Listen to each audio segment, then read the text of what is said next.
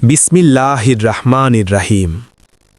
হিজরির অষ্টম বছর, মদিনার উপকণ্ঠে এক প্রত্যুষে, যখন শিশির ভেজা বালুতে পায়ের ছাপ পড়ছিল, যখন ফজরের আজান সবে থেমেছিল, তখন এমন এক ঘটনা ঘটেছিল যা শুনলে বুকের মধ্যে ভয় আর ঈমানের কাঁপন একসঙ্গে জেগে ওঠে।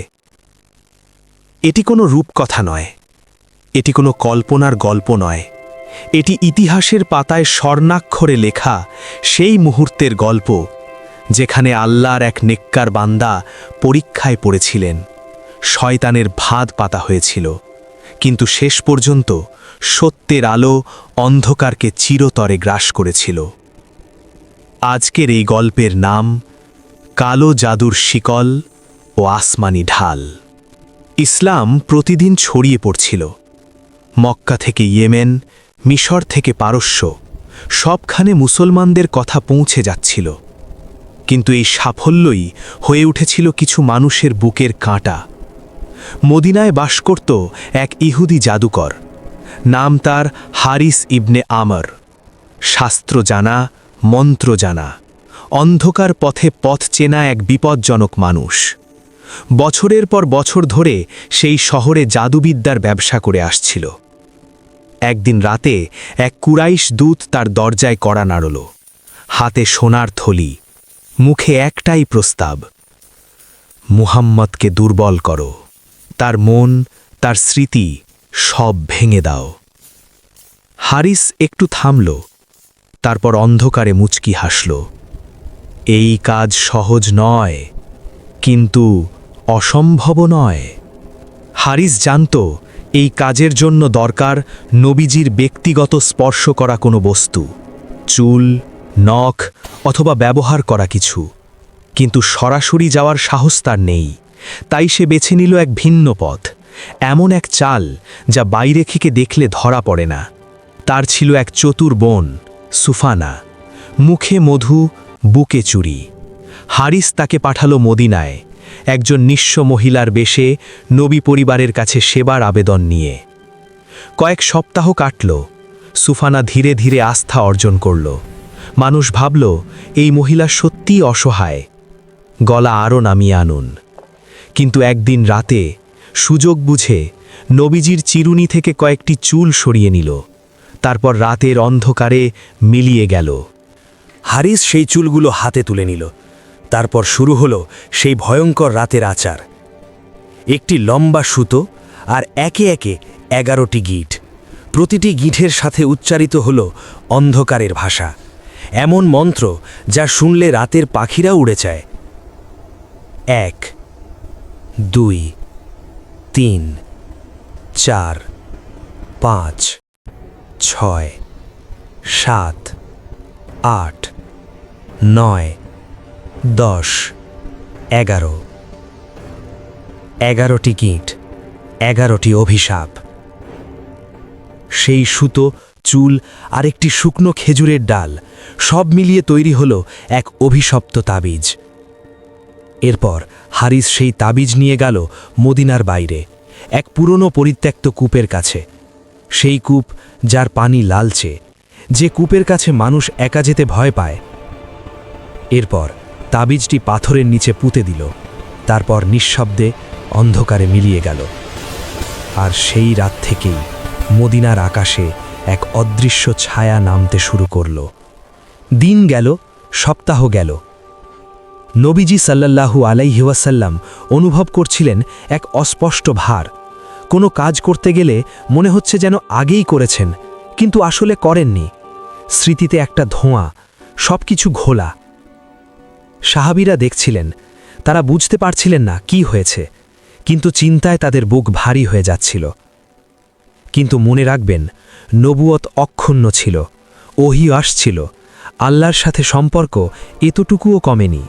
শুধু শরীর আর দৈনন্দিন জীবনে সেই অদৃশ্য বাধা। মাসের পর মাস কেটে গেল এই অবস্থায়। সাহাবীরা দোয়া করতেন, নবীজি ধৈর্য ধরতেন, আর আল্লাহর সিদ্ধান্তের অপেক্ষা করতেন। এই অংশটি গল্পের সবচেয়ে গুরুত্বপূর্ণ মোড়। কণ্ঠে রহস্য আর আশার মিশেল রাখুন। তারপর একটি রাত এলো, একটি বিশেষ রাত, যে রাত বদলে দিল সব। নবীজি সাল্লাল্লাহু আলাইহি ওয়াসাল্লাম স্বপ্নে দেখলেন দুজন ফেরেশতা এসেছেন তার কাছে, একজন মাথার কাছে, একজন পায়ের কাছে। প্রথম ফেরেশতা জিজ্ঞেস করলেন, এই মানুষের কি হয়েছে? দ্বিতীয় ফেরেশতা উত্তর দিলেন, তাকে জাদু করা হয়েছে। কে করেছে? হারিস ইবনে আমর। কোথায় লুকানো? মদিনার বাইরে পুরনো জারওয়ান কূপে, একটি পাথরের নিচে, একটি সুতো, 11টি গিট। নবীজি সাল্লাল্লাহু আলাইহি ওয়াসাল্লাম জেগে উঠলেন, মুখে প্রশান্তির হাসি, কারণ তিনি জানেন আল্লাহ জানিয়ে দিয়েছেন, এখন মুক্তি আর বেশি দূরে নয়। সেই ভোরেই নবীজি ডাকলেন আলীকে, সাথে নিলেন অম্মার ইবনে ইয়াসির সহ আরও কয়েকজন সাহাবীকে। তারা হেঁটে গেলেন সেই পুরনো কূপের দিকে। ভোরের ঠান্ডা বাতাস গায়ে লাগছে। সামনে সেই কূপ, লালচে পানি, পুরনো পাথর। বিসমিল্লা বলে পাথর সরানো হলো। মাটির নিচে সেই অভিশপ্ত তাবিজ। নবীজি তাবিজটি হাতে নিলেন, তারপর শুরু করলেন পাঠ, কুল আউযু বিরাব্বিল ফালাক। প্রথম আয়াত, প্রথম গিট খুলে গেল। দ্বিতীয় আয়াত, দ্বিতীয় গিট। তৃতীয় আয়াত, তৃতীয় গিট। গিট খুলছে আর নবীজির বুক থেকে ভার নামছে। প্রতিটি আয়াত যেন একটি তালা খুলে দিচ্ছে। অন্ধকারের দরজা বন্ধ হয়ে যাচ্ছে এক এক করে। 10, 11। শেষ গিট খুলতেই নবীজি লম্বা নিঃশ্বাস নিলেন। সব শেষ।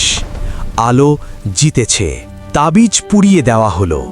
সেই সুতো, সেই গিট, সেই অভিশাপ সব ছাই হয়ে গেল মাটিতে। সাহাবীরা জিজ্ঞাসা করলেন, ইয়া রাসূল আল্লাহ, আমরা কি হারিসকে শাস্তি দেব?